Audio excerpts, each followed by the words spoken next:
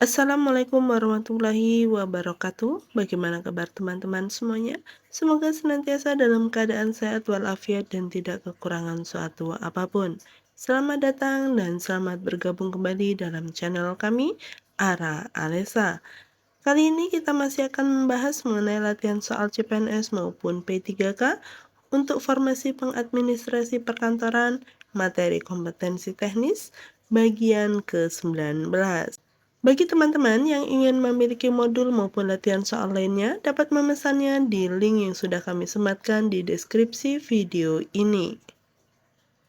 Langsung saja untuk soal yang pertama. Seorang pengadministrasi perkantoran di sebuah instansi pemerintah sedang menyusun standar pelayanan. Manakah dari berikut ini yang bukan merupakan komponen standar pelayanan menurut Undang-Undang Nomor 25 Tahun 2009 tentang Pelayanan Publik? A. Jaminan pelayanan, B. Prosedur pelayanan, C. Biaya atau tarif pelayanan, D. Kompetensi pelaksana, E. Tingkat kepuasan masyarakat.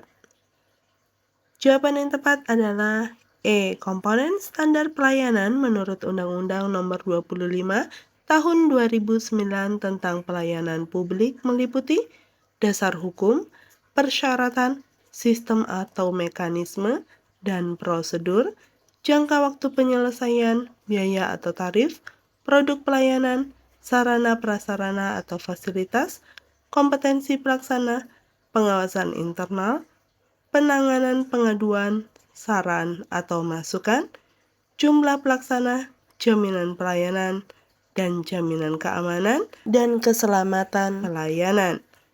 Tingkat kepuasan masyarakat bukan merupakan komponen standar pelayanan, melainkan hasil dari evaluasi pelayanan. Berikutnya soal nomor 2. Tenaga administrasi sekolah, Budi, sedang mengimplementasikan konsep pelayanan prima di sekolahnya. Dalam konteks ini, apa yang dimaksud dengan assurance dalam konsep Rater?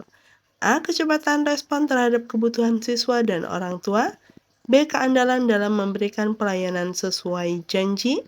C. Jaminan bahwa staf memiliki pengetahuan dan kesopanan yang memadai. D. Empati dan perhatian individual terhadap kebutuhan siswa. E. Bukti fisik dari fasilitas dan peralatan yang digunakan dalam pelayanan. Jawaban yang tepat adalah C. Dalam konsep Rater yang sering digunakan dalam pelayanan prima, assurance merujuk pada jaminan bahwa staf memiliki pengetahuan, kesopanan, dan kemampuan untuk menimbulkan kepercayaan dan keyakinan. Ini mencakup kompetensi, kredibilitas, dan keamanan dalam memberikan pelayanan.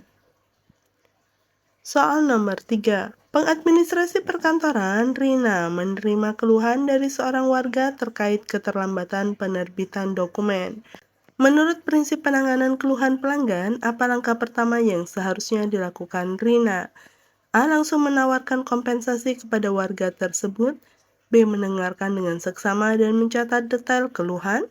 C. Menyalahkan departemen lain yang bertanggung jawab atas keterlambatan. D. Memberi janji penyelesaian tanpa memverifikasi masalah terlebih dahulu. E. Mengabaikan keluhan karena bukan tanggung jawab langsung Rina. Jawaban yang tepat adalah B. Langkah pertama dalam penanganan keluhan pelanggan adalah mendengarkan dengan seksama dan mencatat detail keluhan. Ini penting untuk memahami masalah dengan benar, menunjukkan empati, dan mengumpulkan informasi yang diperlukan untuk penanganan lebih lanjut. Tindakan ini merupakan dasar untuk resolusi yang efektif dan membangun kepercayaan pelanggan. Soal nomor 4. Dalam konteks standar pelayanan publik, apa yang dimaksud dengan maklumat pelayanan? A. Dokumen yang berisi visi dan misi instansi. B. Pernyataan tertulis yang berisi keseluruhan rincian kewajiban dan janji yang terdapat dalam standar pelayanan. C. Laporan tahunan kinerja pelayanan publik. D. Surat edaran internal tentang prosedur pelayanan. E. Dokumen yang berisi struktur organisasi pemberi layanan. Jawaban yang tepat adalah B. Maklumat pelayanan adalah pernyataan tertulis yang berisi keseluruhan rincian kewajiban dan janji yang terdapat dalam standar pelayanan. Ini merupakan bentuk komitmen penyelenggara pelayanan publik kepada masyarakat tentang apa yang dapat mereka harapkan dari layanan yang diberikan, termasuk prosedur, waktu, biaya, dan aspek lain dari pelayanan. Selanjutnya soal nomor 5. Tenaga administrasi sekolah, Sari, ingin meningkatkan kualitas pelayanan di sekolahnya.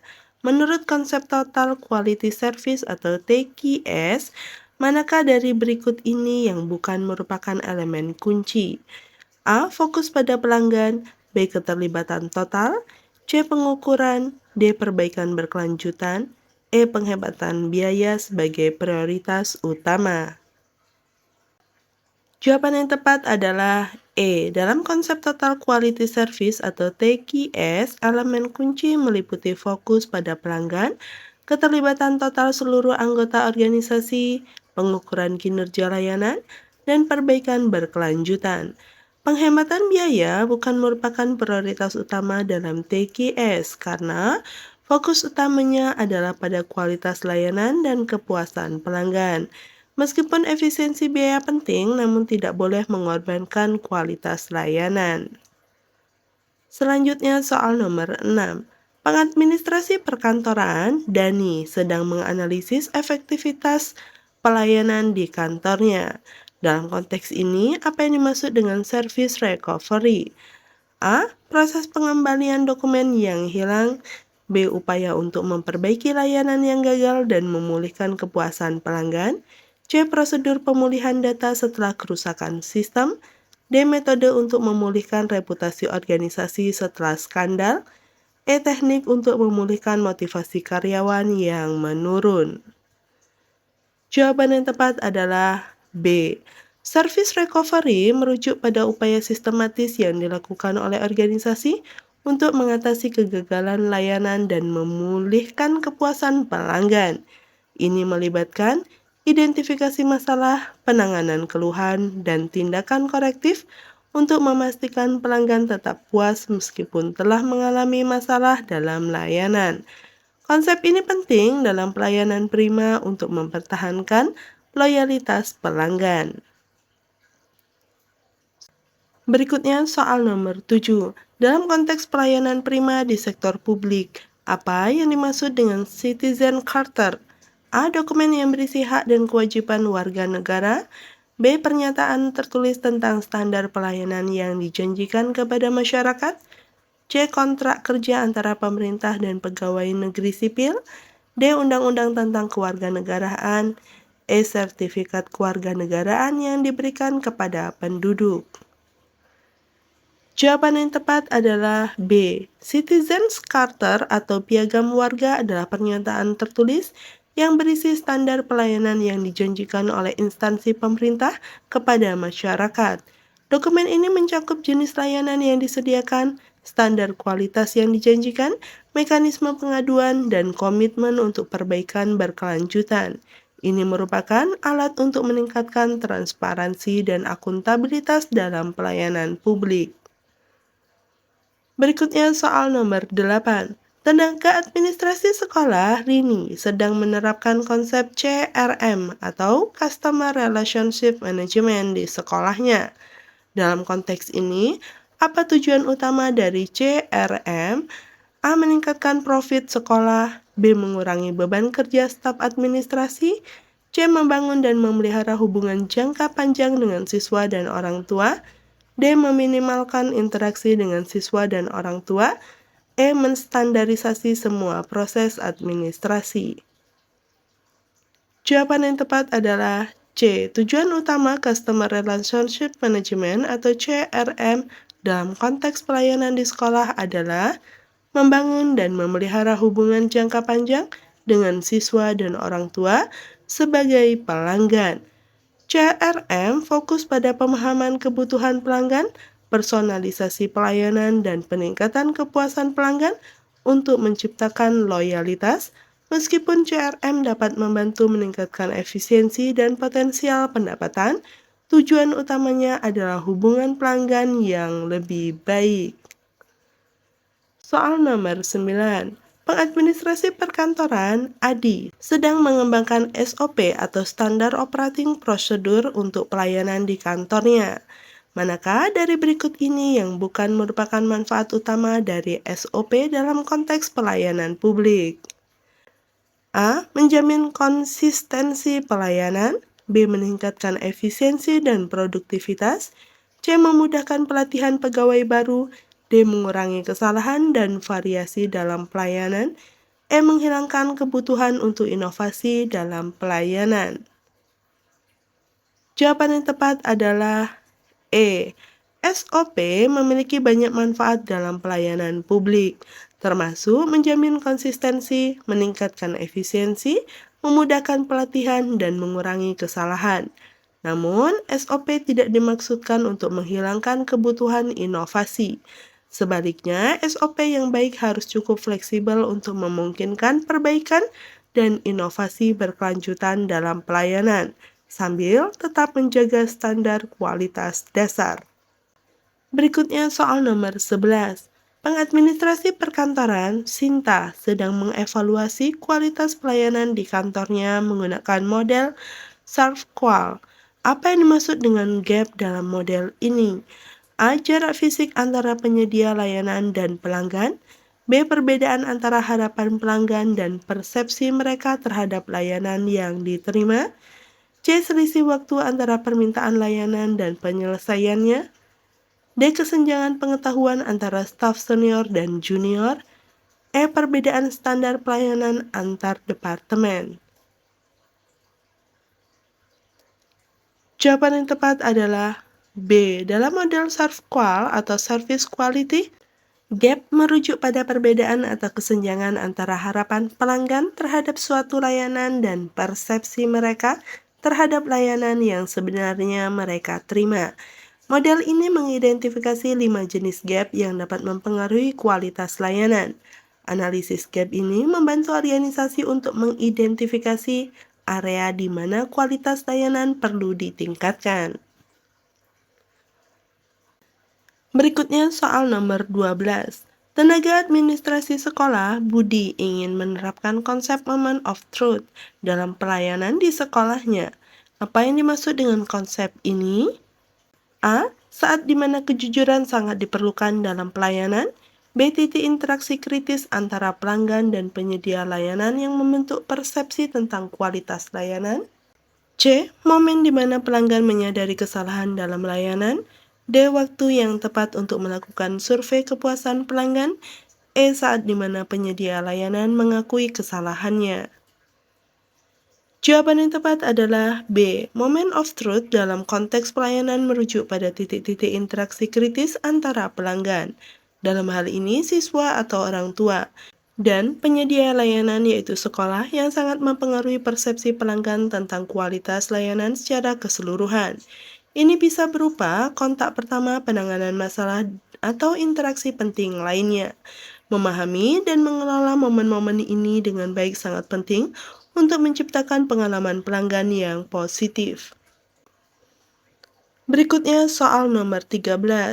Dalam konteks pelayanan publik, apa yang dimaksud dengan Service Level Agreement atau SLA? A. Kontrak kerja antara pemerintah dan pegawai negeri sipil. B. Perjanjian formal yang menentukan tingkat layanan yang harus dipenuhi oleh penyedia layanan. C. Dokumen yang berisi visi dan misi instansi pemerintah. D. Kesepakatan informal antara pegawai untuk saling membantu dalam pelayanan. E. Standar minimum gaji untuk pegawai di sektor pelayanan publik. Jawaban yang tepat adalah B. Service Level Agreement atau SLA adalah perjanjian formal yang menentukan tingkat layanan yang harus dipenuhi oleh penyedia layanan.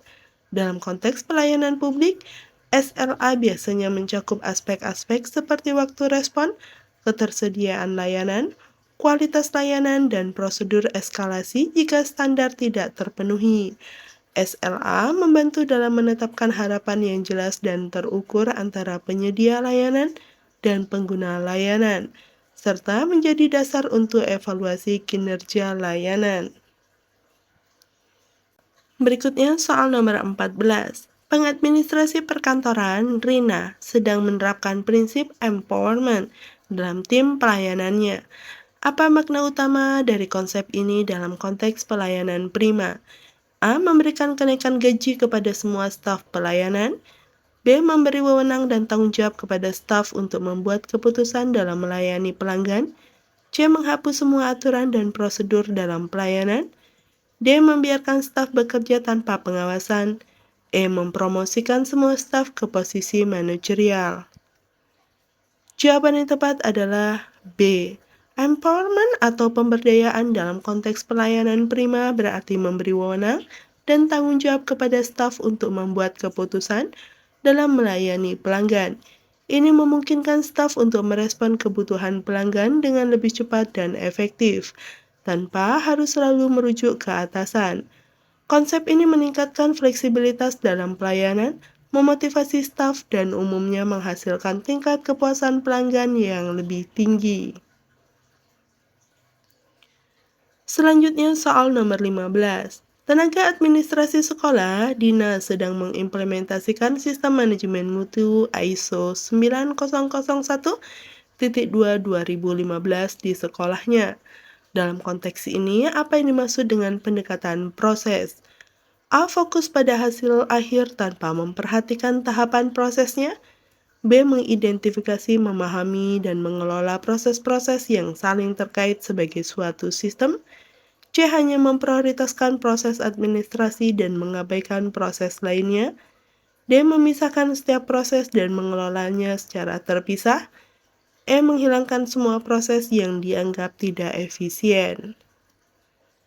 Jawaban yang tepat adalah B. Pendekatan proses dalam ISO 9001-2/2015 merujuk pada praktek mengidentifikasi, memahami, dan mengelola proses-proses yang saling terkait sebagai suatu sistem. Ini berarti melihat organisasi sebagai serangkaian proses yang saling berhubungan, bukan sebagai departemen atau fungsi yang terpisah. Pendekatan ini membantu meningkatkan efisiensi operasional, memastikan konsistensi output, dan memfasilitasi perbaikan berkelanjutan dalam sistem manajemen mutu. Selanjutnya soal nomor 16. Seorang pengadministrasi perkantoran di sebuah instansi pemerintah diminta untuk memilih printer yang paling sesuai untuk mencetak dokumen-dokumen penting dalam jumlah besar. Printer mana yang paling tepat untuk situasi ini?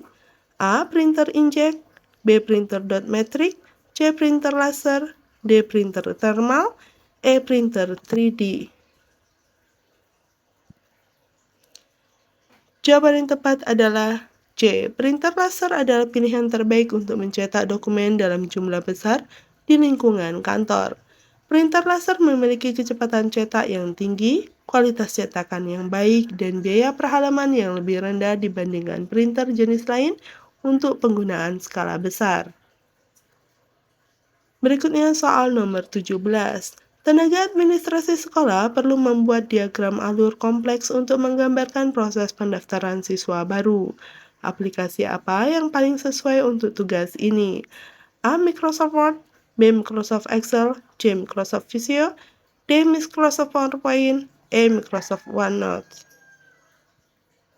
Jawaban yang tepat adalah C. Microsoft Visio adalah aplikasi yang dirancang khusus untuk membuat diagram alur, bagan organisasi, dan berbagai jenis diagram teknis lainnya.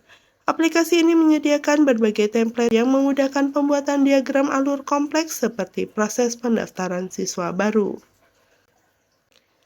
Berikutnya soal nomor 18. Dalam konteks keamanan informasi di perkantoran, apa yang dimaksud dengan phishing? A. Teknik untuk mempercepat koneksi internet. B. Metode untuk menginskripsi data penting. C. Upaya penipuan untuk mendapatkan informasi sensitif. D. Proses backup data otomatis. E. Sistem untuk memblokir situs web berbahaya. Jawaban yang tepat adalah C. Phishing adalah upaya penipuan di mana penyerang mencoba mendapatkan informasi sensitif seperti username, password, atau data kartu kredit dengan menyamar sebagai entitas terpercaya dalam komunikasi elektronik. Ini adalah ancaman serius dalam keamanan informasi perkantoran yang perlu dipahami oleh semua staf, termasuk pengadministrasi perkantoran. Soal nomor 19. Seorang pengadministrasi perkantoran diminta untuk mengimplementasikan sistem manajemen dokumen baru. Apa tantangan utama yang mungkin dihadapi dalam proses ini? A. Meningkatnya biaya listrik. B. Resistensi staf terhadap perubahan. C. Kurangnya ruang penyimpanan fisik. D. Peningkatan beban kerja IT support. E. Penurunan produktivitas jangka pendek. Jawaban yang tepat adalah B. Resistensi staf terhadap perubahan sering menjadi tantangan utama dalam implementasi sistem baru di lingkungan perkantoran. Banyak karyawan mungkin sudah terbiasa dengan sistem lama dan enggan untuk mempelajari sistem baru. Mengatasi resistensi ini melalui pelatihan dan komunikasi yang efektif sangat penting untuk keberhasilan implementasi. Selanjutnya soal nomor 20. Tenaga administrasi sekolah sedang menggunakan sistem informasi manajemen sekolah untuk mengelola data siswa. Apa keuntungan utama dari penggunaan sistem semacam ini? A. Mengurangi kebutuhan tenaga administrasi. B. Meningkatkan akurasi dan efisiensi pengelolaan data. C. Menghilangkan kebutuhan akan dokumen fisik. D. Mempercepat proses belajar mengajar. E. Mengurangi biaya operasional sekolah. Jawaban yang tepat adalah B. Keuntungan utama dari penggunaan sistem informasi manajemen sekolah adalah peningkatan akurasi dan efisiensi dalam pengelolaan data. Sistem ini memungkinkan penyimpanan, pengambilan, dan analisis data siswa secara lebih cepat dan akurat, mengurangi kesalahan manusia, dan memudahkan pembuatan laporan. Demikian soal-soal yang dapat kita bahas kali ini. Semoga bermanfaat bagi teman-teman semuanya, serta sukses untuk kita semua. Terima kasih. Wassalamualaikum warahmatullahi wabarakatuh.